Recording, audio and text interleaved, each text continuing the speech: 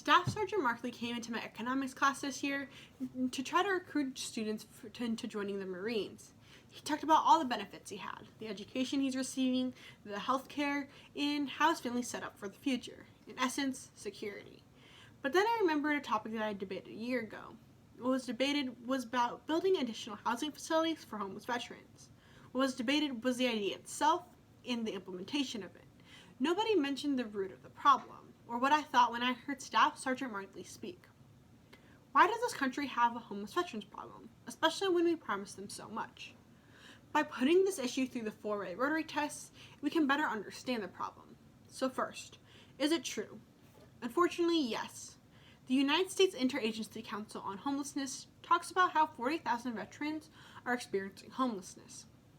Last year, I learned that 2/3 of our homeless veterans are in transitional housing, while the other third are homeless in the sense when we think of the word homeless, on the street. Naturally, we ask ourselves, what is the difference between the 2/3 that is receiving help and the 1/3 that isn't? This brings us to the next question in the 4-way Rotary test.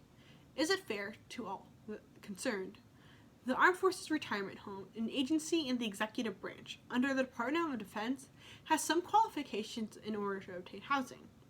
A veteran must be one of the following: be at least 60 years or older with an honorable discharge, have 20 years of service or more, have a service-connected disability, served in a war zone, or received hostile fire pay and have injuries, disease, or disability.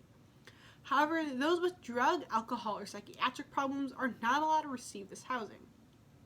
We already set qualifications so that they're limiting, yet simultaneously we make one of those limiting factors something that may come along with service: trauma, in no real way or help to deal with this trauma, leaving around 15,400 on the streets.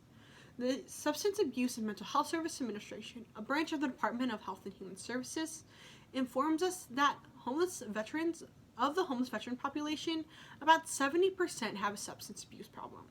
They continue to tell us that homelessness is a barrier to receiving treatment for their substance abuse, while the Armed Forces Retirement Home just told us that substance abuse is a barrier to obtaining housing. This seems cyclical in nature. So when asked the question, is it fair? It's obvious no matter where they are in the cycle, our veterans don't seem to be receiving help.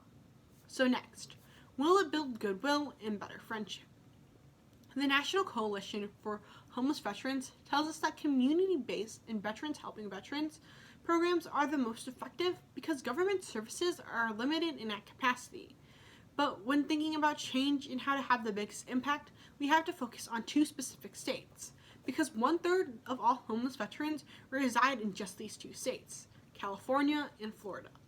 Knowing this and community-based programs are needed, it will specifically build goodwill in the states of California and Florida. Finally, will it be beneficial to all that is concerned? If there is change, then yes. But to completely answer this question, we have to ask ourselves, who needs to be involved? So not only do the local communities within California and Florida need to be involved, but most importantly, the government needs to be involved. There needs to be a creation of new programs to help these homeless veterans with their substance abuse.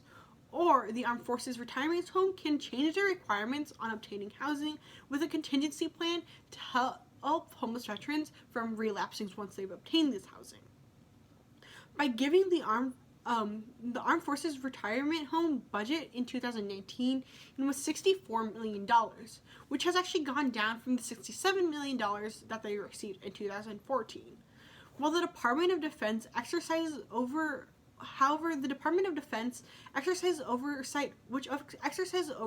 over the Armed Forces Retirement Home, the Department of Defense actually saw an increase to $47 billion between the years of 2018 and 2019.